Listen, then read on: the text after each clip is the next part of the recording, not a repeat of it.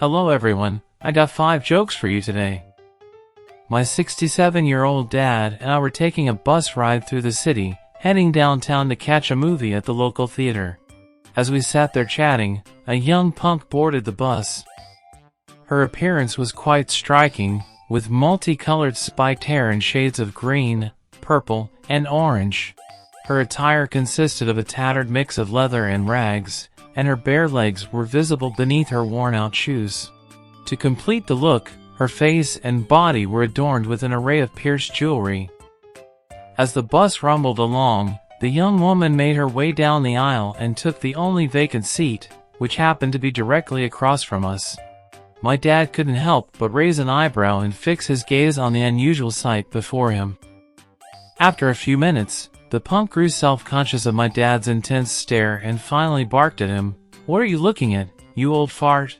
Didn't you ever do anything wild when you were young?"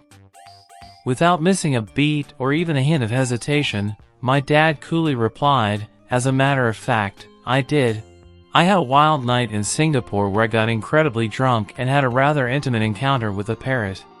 And as I look at you now, I can't help but wonder if you might be my daughter." 2 elderly gentlemen were meandering through Walmart, each pushing a shopping cart, both seemingly lost in thought. The store was bustling with activity, but the 2 men were oblivious to their surroundings. As fate would have it, their paths eventually crossed, and their carts collided with a loud clatter. The first old man, somewhat startled by the impact, looked up and said to the second gentleman, "Oh, I'm terribly sorry about that. I guess I wasn't paying attention to where I was going. You see, I'm searching for my wife, and I've been quite preoccupied with trying to find her."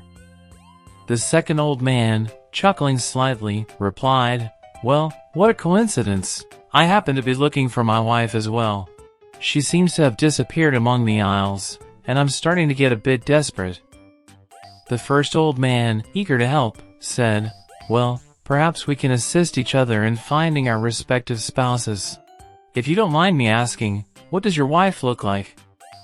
The second old man pondered for a moment before responding, "Well, my dear wife is 27 years old, quite tall, with flowing blonde hair and sparkling blue eyes.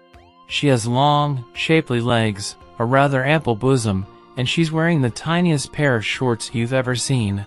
How about your wife? What does she look like?"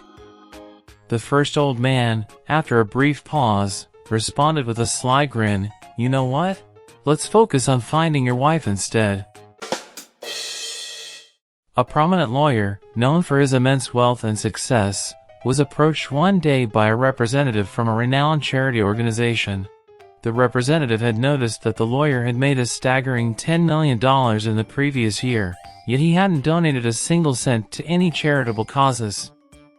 The charity representative decided to confront the lawyer about his lack of philanthropy, saying, "Sir, we couldn't help but notice that you've made a substantial fortune last year, but haven't contributed anything to charity.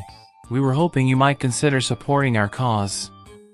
The lawyer, clearly unfazed by the accusation, calmly replied, "Well, let me explain my situation to you. First and foremost, my dear mother is gravely ill and in the hospital. Unfortunately, her treatment is not covered by healthcare, and the expenses are quite staggering." He continued, "Secondly, I've had 6 children from 3 different marriages, all of which ended in divorce. As you can imagine, the financial burden of child support and alimony is immense. And thirdly," the lawyer added, "my sister's husband passed away suddenly, leaving her to raise and support their 4 children all by herself." The charity representative, visibly taken aback by the lawyer's personal struggles, apologized profusely, saying, "I'm terribly sorry, sir. I had no idea about your personal challenges.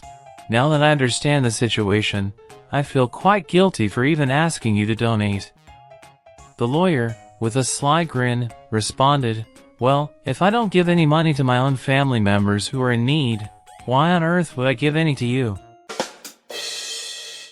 A young girl was diligently working on a paper for school. As she researched and wrote, she came across a concept that puzzled her. Hoping for a clear explanation, she approached her father and asked, "Dad, what is the difference between anger and exasperation?"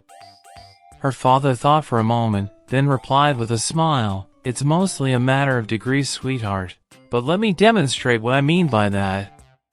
Curious and eager to understand, the girl watched as her father walked over to the telephone. He randomly dialed a number he had never called before, and patiently waited for someone to answer. A man's voice came through the receiver. "Hello?" The father responded, "Hello, is Melvin there?" The man sounded slightly irritated as he replied, "There is no one living here named Melvin. Why don't you learn to look up numbers before you dial them?" The father hung up the phone and turned to his daughter, saying, "See, that man wasn't very happy with our call. He was probably busy with something, and our interruption annoyed him. That was a mild example of anger. Now, let me show you what happens when it escalates." He proceeded to dial the same number again. The same man answered, this time with an edge in his voice. "Hello? Hello, is Melvin there?" the father asked once more. The man's voice grew heated. "Now look here. You just called this number, and I told you that there is no Melvin here. You've got a lot of nerve calling again." With that, the receiver was slammed down hard. The father turned to his daughter and said, "You see, that was a stronger example of anger. But now, I'll show you what exasperation means." He dialed the same number for the third time, and a furious voice answered, "Hello." The father, maintaining his calm demeanor, said, "Hello, this is Melvin. Have there been any calls for me?" The Pope found himself visiting America and was touring around Washington, D.C. in his luxurious limousine. As they drove past the impressive monuments and stately buildings, the Pope suddenly had a spontaneous idea. Turning to the driver, he said, "Driver, I'd like to drive for a while if you don't mind." The driver, although surprised, replied, "Of course, Your Holiness. It would be my pleasure to let you drive." So, the Pope and the driver switched seats, and the Pope excitedly took the wheel.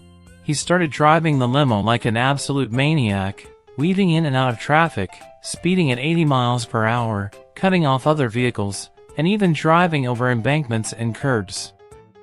The Pope was having the time of his life, enjoying the thrill of speeding through the streets of Washington, D.C.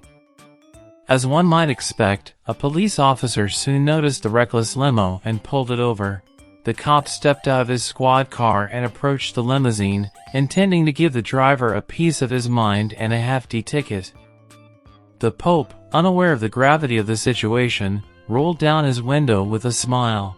As soon as the officer saw who was behind the wheel, he stopped dead in his tracks, completely taken aback.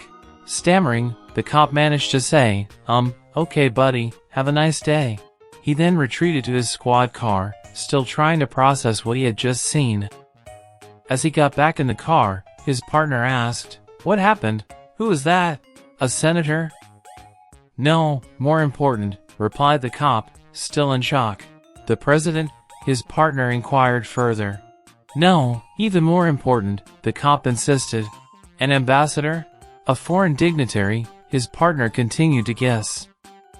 "I don't know who he is," the cop admitted, "but the Pope is his freaking chauffeur."